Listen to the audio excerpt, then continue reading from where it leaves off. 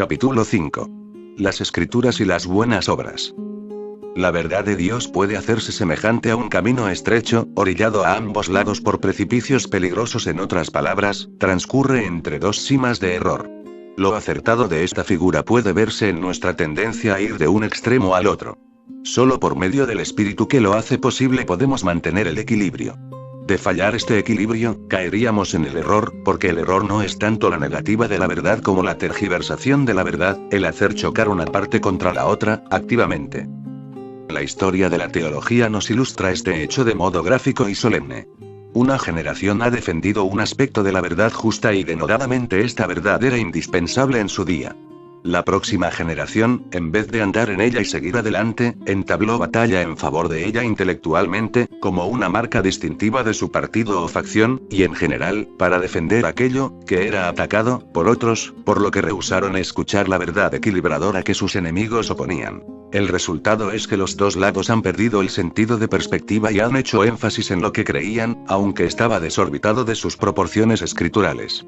En consecuencia, en la próxima generación, el verdadero siervo de Dios se ve llamado casi a no hacer caso de aquello que parecía tan valioso a los ojos de sus padres, y poner énfasis en lo que aquellos habían, si no negado, por lo menos perdido de vista.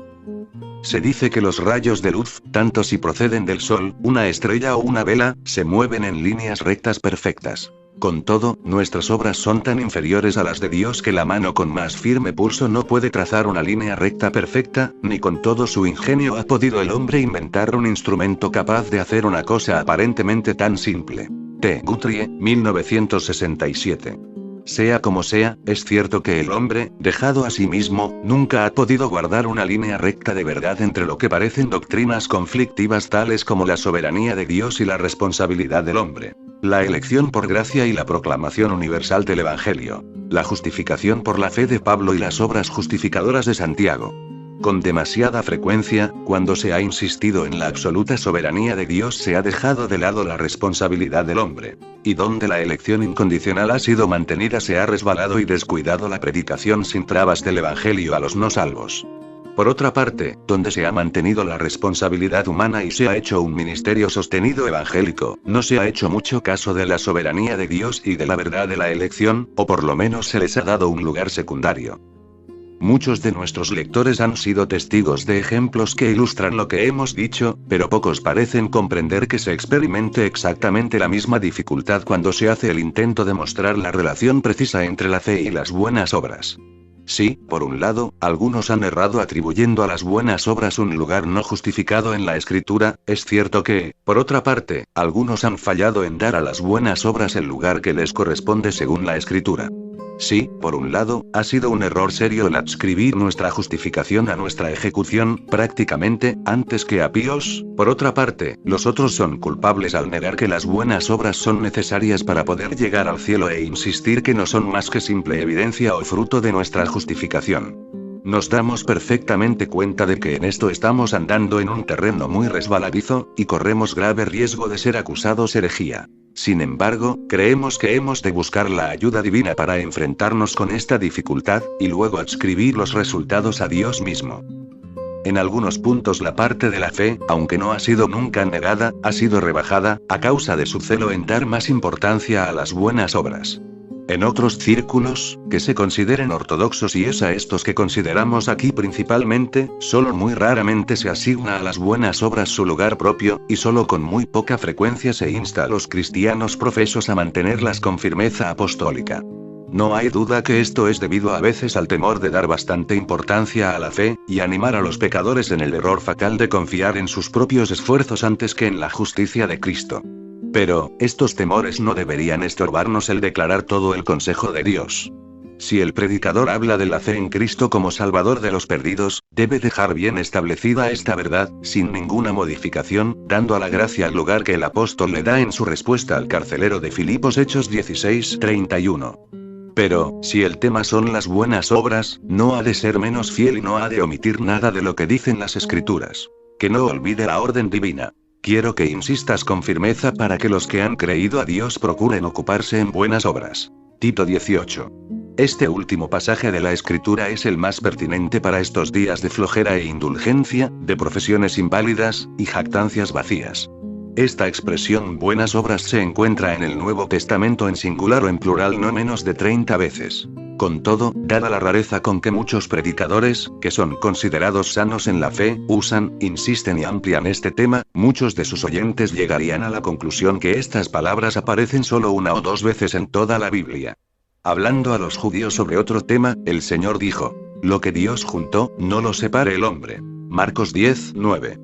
Ahora bien, en Efesios 2:8-10, Dios ha unido dos cosas vitales y benditas, que nunca deberían ser separadas en nuestros corazones y mentes, y sin embargo son separadas con frecuencia en el púlpito moderno. ¿Cuántos sermones se predican sobre los dos primeros versículos, los cuales declaran claramente que la salvación es por la gracia por medio de la fe y no las obras?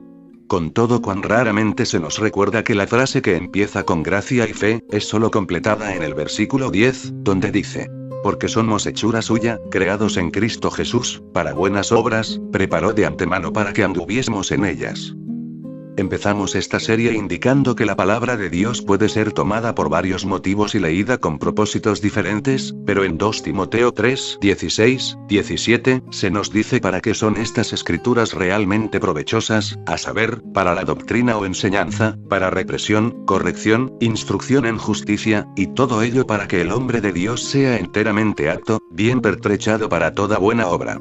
Habiendo hablado sobre sus enseñanzas sobre Dios y Cristo, su instrucción en relación con la oración, consideremos ahora cómo éstas nos pertrechan para toda buena obra. Aquí hay otro criterio vital por medio de cual, el alma sincera, con la ayuda del Espíritu Santo, puede discernir si está o no está beneficiándose de la lectura y estudio de la palabra. Nos beneficiamos de la palabra cuando con ella aprendemos cuál es el verdadero lugar de las buenas obras. Muchas personas, en su deseo de apoyar la ortodoxia como sistema, hablan de la salvación por gracia y fe, de una forma que menoscaba la importancia de la santidad y la vida dedicada a Dios. Pero, no hay base para tal cosa en las Sagradas Escrituras. El mismo Evangelio que declara que la salvación es gratuita por la gracia de Dios por medio de la fe en la sangre de Jesucristo, y afirma, en fuertes términos, que los pecadores son justificados por la justicia del Salvador que les es imputada cuando creen en él sin respeto alguno por las obras de la ley, nos asegura también, que sin la santidad, nadie verá a Dios. Que los creyentes son limpiados por la sangre de la expiación. Que sus corazones son purificados por la fe, que obra con amor, que vence al mundo. Y que la gracia que trae salvación a todos los hombres, enseña a todos los que la reciben, que negando la impiedad y los deseos del mundo han de vivir sobria, recta y piadosamente en este mundo. Todo temor que la doctrina de la gracia haya de sufrir como resultado de una firme insistencia en las buenas obras como fundamento escritural, revela que el conocimiento de la divina verdad es seriamente defectuoso e inadecuado, y que cualquier tergiversación o disimulo de las Sagradas Escrituras, a fin de acallar su testimonio en favor de los frutos de la justificación, como absolutamente necesarios para el cristiano, es una corrupción y una falsificación de la palabra de Dios. Alexander Carson. Pero, preguntan algunos, ¿qué fuerza tiene esta ordenanza o mandamiento de Dios sobre las buenas obras, cuando, a pesar de ella, y aunque dejemos de aplicarnos diligentemente a la obediencia, seremos a pesar de ello justificados por la imputación de la justicia de Cristo, y por tanto podemos ser salvos sin ellas? Una objeción tan sin sentido procede de la completa ignorancia del estado presente del creyente y de su relación con Dios. El suponer que el corazón de los regenerados no está influido y modo tan efectivo por la autoridad y mandamientos de Dios a la obediencia, como si les fueran dados para su justificación, es ignorar lo que es la verdadera fe, y cuáles son los argumentos y motivos por los que la mente de los cristianos es afectada y constreñida de un modo principal. Además, es perder de vista la inseparable conexión que Dios ha hecho entre nuestra justificación y nuestra santificación. Suponer que una de ellas puede existir sin la otra es derribar toda la enseñanza del Evangelio. El apóstol trata de esta misma objeción en Romanos 6:1-3. ¿Qué, pues, diremos? ¿Permanezcamos en pecado para que la gracia abunde? En ninguna manera. Los que hemos muerto al pecado, ¿cómo viviremos aún en él? ¿Ignoráis que todos los que hemos sido bautizados en Cristo Jesús hemos sido bautizados en su muerte? Nos beneficiamos de la palabra cuando por medio de ella aprendemos la absoluta necesidad de las buenas obras. Si está escrito que sin derramamiento de sangre no se hace remisión. Hebreos 9:22, y sin fe es imposible agradar a Dios. Hebreos 6, la Escritura de verdad enseña también. Seguid la paz con todos, y la santidad, sin la cual nadie verá al Señor. Hebreos 12:14.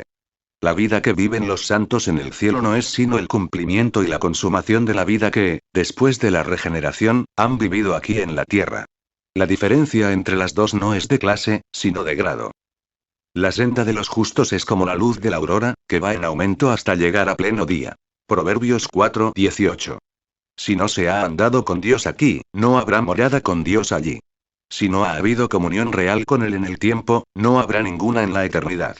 La muerte no efectúa ningún cambio vital en el corazón.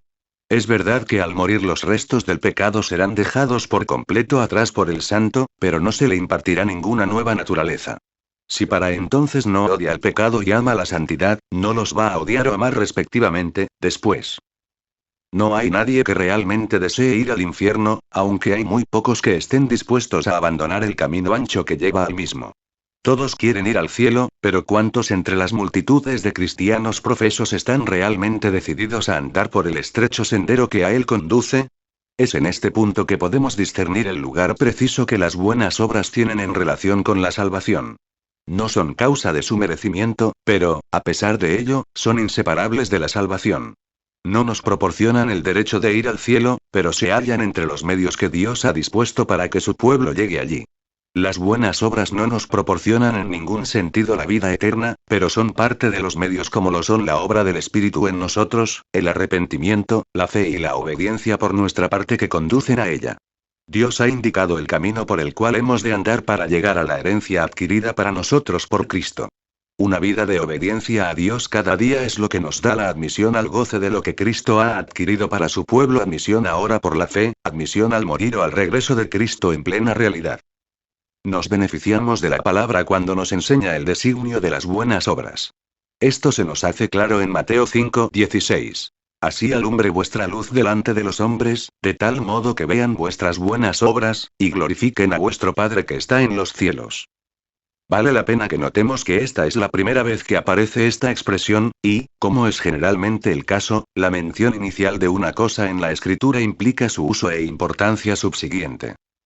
Aquí vemos que los discípulos de Cristo muestran la autenticidad de su profesión cristiana por medio del testimonio de sus vidas, silencioso pero explícito porque la luz no hace ruido cuando brilla, para que los hombres puedan ver sus buenas obras no tienen que oír nuestra jactancia, y todo ello para que su Padre en los cielos pueda ser glorificado. Este es, pues, el designio o propósito fundamental, el honor de Dios. Como el contenido de este versículo, Mateo 5:16, es mal entendido o tergiversado con tanta frecuencia, añadimos otro pensamiento respecto al mismo. Con la luz misma, aunque las dos son bien distintas, por más que relacionadas. La luz es nuestro testimonio para Cristo, pero ¿qué valor tiene a menos que la vida misma lo ejemplifique? Las buenas obras no sirven para llamar la atención hacia nosotros mismos, sino hacia aquel que las obra en nosotros. Tienen que ser de tal carácter y calidad que incluso los infieles conozcan que proceden de alguna fuente más elevada que la caída naturaleza humana. El fruto sobrenatural requiere una raíz sobrenatural, y cuando esto es reconocido, el labrador es glorificado por ellas. De igual significación es la última referencia a las buenas obras que hay en la Escritura. Manteniendo buena vuestra manera de vivir entre los gentiles. Para que en lo que os calumnian como a malhechores, glorifiquen a Dios en el día de la visitación, al observar vuestras buenas obras. 1 Pedro 2:12. Vemos, pues, que la alusión inicial y la final, las dos, subrayan el propósito, la glorificación de Dios como resultado de su obra a través de su pueblo en el mundo. Nos beneficiamos de la palabra cuando aprendemos por medio de ella la verdadera naturaleza de las buenas obras. Esto es algo sobre lo cual los no regenerados están en completa ignorancia. A juzgar por lo meramente externo, evaluando las cosas solo por los estándares humanos, son completamente incompetentes para determinar qué obras son buenas en la estima de Dios y cuáles no. Los tales suponen que lo que el hombre considera buenas obras, Dios lo aprueba también, y por ello permanecen en oscuridad total porque su entendimiento está cegado por el pecado, hasta que el Espíritu Santo los vivifica para nueva vida, sacándolos de la oscuridad a la maravillosa luz de Dios. Entonces ven que solo son buenas obras las que son hechas en obediencia a la voluntad de Dios. Romanos 6:16, basadas en un principio de amor a él. Hebreos 10:24, en el nombre de Cristo. Colosenses 3:17, y para la gloria de Dios por él. Corintios 10:31. La verdadera naturaleza de las buenas obras fue ejemplificada perfectamente por el Señor Jesús. Todo lo que hizo, lo hizo en obediencia a su Padre. No se agradó a sí mismo. Romanos 15:3, sino que en todo momento estuvo haciendo la voluntad de aquel que le había enviado. Juan 6:38. Podía decir, porque yo hago siempre lo que le agrada. Juan 8:29. No hubo límites en la sujeción de Cristo a la voluntad del Padre. Cristo se hizo obediente hasta la muerte, y muerte de cruz. Filipenses 2:8. Así que todo lo que hizo procedió del amor del Padre y del amor a su prójimo. El amor es el cumplimiento de la ley. Sin amor, el cumplimiento de la ley no es nada sino sujeción servil, y esto no puede ser aceptable a aquel que es amor. La prueba de que toda la obediencia de Cristo procedió del amor se encuentra en sus palabras. El hacer tu voluntad, Dios mío, me ha agradado, y tu ley está en medio de mi corazón. Salmo 48. De modo que todo lo que Cristo hizo tenía como propósito la gloria del Padre. Padre, glorifica tu nombre. Juan 12:28 revela el propósito que tenía delante constantemente. Nos beneficiamos de la palabra cuando nos enseña la verdadera fuente de nuestras buenas obras. El hombre no regenerado es capaz de ejecutar obras que en un sentido civil y natural, aunque no en el sentido espiritual, son buenas. Pueden hacer cosas que, externamente, en cuanto a su materia y sustancia, son buenas, tales como la lectura de la Biblia, el ayudar al ministerio de la palabra, dar limosna al pobre. Sin embargo, el móvil principal de estas acciones, su falta de piedad, las hace harapos a la vista del Dios Trino. El hombre no regenerado no tiene poder para ejecutar obras en un sentido espiritual, y por tanto, está escrito: no hay nadie que haga lo bueno, ni aun uno. Romanos 3:12. No pueden, no están sujetos a la ley de Dios, ni siquiera pueden. Romanos 8:7. Por tanto, incluso el pensamiento de los impíos es pecado. Proverbios 21:4. Ni son los creyentes capaces de pensar un buen pensamiento o ejecutar una buena obra por sí mismos. 2 Corintios 3:5. Es Dios que obra en ellos tanto el querer como el hacer según su voluntad.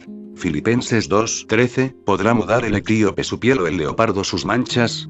Así también, ¿podréis vosotros hacer el bien, estando habituados a hacer el mal? Jeremías 13:23. Los hombres no pueden esperar uvas de los abrojos o higos de los cardos, ni tampoco buen fruto, o sea, buenas obras del hombre no regenerado. Hemos de ser creados primero en Jesucristo. Efesios 2:10, tener el Espíritu Santo dentro de nosotros. Gálatas 4:6, y su gracia implantada en nuestro corazón. Efesios 4:7. 1 Corintios 15:10, antes de tener ninguna capacidad para hacer buenas obras. Incluso entonces no podemos hacer nada aparte de Cristo. Juan 15:5. Con frecuencia deseamos hacer lo bueno. Con todo, no sabemos cómo hacerlo. Romanos 7:18. Esto nos hace poner de rodillas pidiendo a Dios que nos haga perfectos en toda buena obra, obrando en nosotros lo que es agradable a la vista, por medio de Jesucristo. Hebreos 13:21.